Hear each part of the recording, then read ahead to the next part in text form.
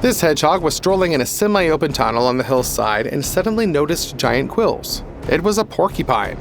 Seemed like a meeting of two brothers, the younger and the elder.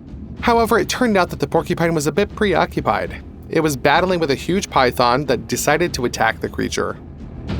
Notice the partly bare skin on the porcupine's tail and back. It might look like he's sick or injured, but in reality, most of the quills are just stuck in the body of the enemy. Yeah, you got that right. The porcupine looks a little bit roughed up because it is winning, not losing.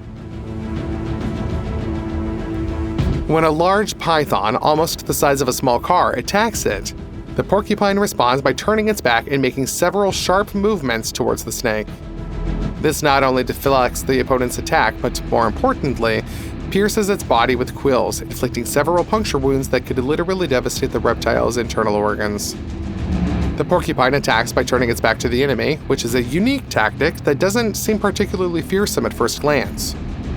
But look at the snake. It's bewildered by such force. The porcupine acts very aggressively. It's massive and, besides the quills, employs a ramming technique, stomping the python into the dust, pounding it into the ground. Even a nimble leopard would find it challenging to extract quills from a wound. The python has no chance of getting rid of the porcupine's gifts. Even if it survives, it won't last long after retreating. In the hot tropical climate, wounds with embedded quills will quickly become infected. Infections will set in, exacerbated by the poor condition of the porcupine after the lost battle. The python is doomed. But the hedgehog didn't choose this route without reason. While the large porcupine deals with the enormous python in its weight class, the hedgehog also confronts the snakes. Not as long, but still venomous. Credit needs to be given where it's due. It attempted to attack the hedgehog in its unprotected face. If the venomous fangs had embedded in the creature's nose, the venom would have stopped its heart within a minute.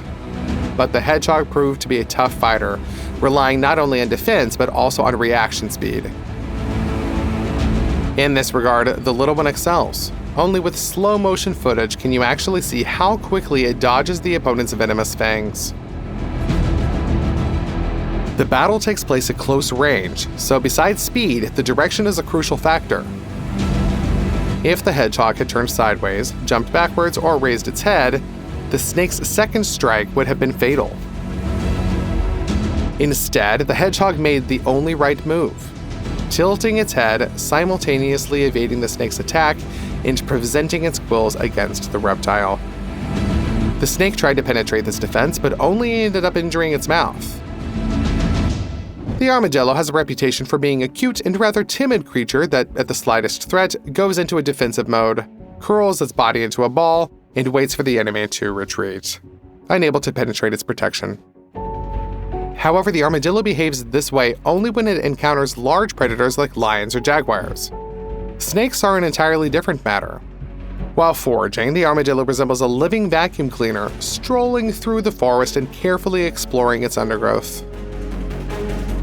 The diligent creature with its elongated snout looks so adorable that one might want to shout, "Watch out, there's a snake nearby!" Yet the armadillo is fully aware and couldn't care less. The reptile chose the wrong adversary here, not someone it could intimidate or defeat with a single bite. A strike, and the venomous fangs hit the armadillo. Though startled and recoiling, the creature sustains no injuries. The venomous fangs couldn't do anything thanks to the animal's protective armor. If you think the armadillo got lucky, then you're assessing the situation incorrectly. In reality, luck favored the snake. It turned out to be large enough for the armadillo to ignore it as prey and continue on with its business. It simply couldn't be bothered. Slightly shorter, but the most dangerous venomous reptiles for the armadillo, those are the favored treats. Moreover, the animal doesn't even have to curl into a ball since its armor provides such an excellent protection. See what happens when a rattlesnake attacks the armadillo. The snake literally propels its head at bullet speed, exposes its venomous fangs with hemotoxin that destroys blood, and just shatters against the armor. The effect is akin to bullets bouncing off Superman. The armadillo doesn't even flinch. The sharp, venomous fangs of the rattlesnake are not powerful or resilient enough. They literally break against the armor of the small but fierce creature, and the snake experiences a jolt as if it rammed its head into a stone. Not a scratch is left on the armor. And while giant snakes can pose a threat to the armadillo, here's what happens when this armored beast encounters a snake only 1.5 times larger than itself. This can't even be called a duel. More like domination. The reptile stands no chance. It seems like the armadillo doesn't take the opponent seriously at all, and instead of employing any strategic tactics, just bites wherever it feels like. It's just checking where it would be most convenient to grasp the enemy with its teeth. The snake wriggles, fights, and tries to bite, but none of its counterattacks yield any results. The armadillo simply ignores them. Its robust skin, covered with natural armor, makes it completely invulnerable to an opponent of such dimensions. Eventually, the armadillo efficiently deals with the snake, crushing its attempts to resist. Escape is out of the question, as the opponent quickly grabs and easily restrains it. Betting on a single weapon like venomous fangs is not an effective option against the armadillo. For its skin, the snake's venomous teeth are like shots from a pistol against a tank. Even if the anaconda is not the longest snake in the world, it is certainly the strongest. By body weight, it surpasses longer pythons, and all that mass comprises of powerful and reliable muscles. The anaconda lunges at its prey, seizes it with its jaws, and almost instantly envelops it in the coils of its flexible body. This tactic rarely fails, as shedding the weight of the snake's body, equivalent to a small minibus, is almost impossible for anyone.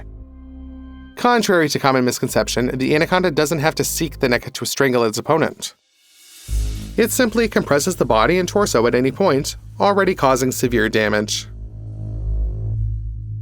Bones can't withstand it, internal organs suffer critical injuries, each subsequent breath becomes more challenging and painful than the previous one, and due to the comprehensive compression, blood pressure in the vessels rises so much that the prey is practically stunned by this effect alone. However, even with such an arsenal, attacking a jaguar was a significant mistake, even for a fully grown and enormous anaconda twice as long as a panther. The jaguar may yield to the lion and tiger in mass, but it possesses an incredibly muscular body. Under the beast's skin, you can see its tight muscles tense as the predator crouches, executing each precise movement.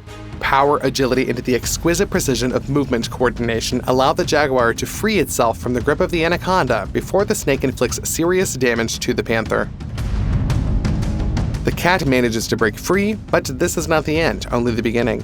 The jaguar wants to teach the anaconda a lesson and launches a counterattack. The snake slithers into the water, but it doesn't save her. Unlike other panthers, the jaguar not only knows how to swim, which is typical for all large cats, but also enjoys doing so. Moreover, it is so agile that it can even hunt in the water. The fact that the panther can't see the anaconda doesn't bother the cat at all. With lightning-fast movements, the jaguar locates the enemy and starts striking it, then clamps down with its jaws. The bite force of the jaguar is several times greater than that of a lion, and the anaconda, despite all its length and power, can't endure it.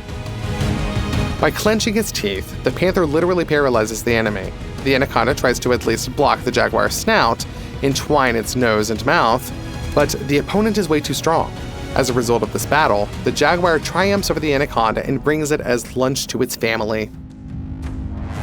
By the way, notice that this is a black jaguar, while its mate and cubs have the usual spotted coloration. The dark coat color is passed on by a recessive gene, so all the offspring of this super strong fighter inherited the coloration of the other parent. But perhaps the grandchildren will also be black. With such a powerful, fierce, and loyal father, the jaguar cubs have every chance to survive, grow, and start their own lineage.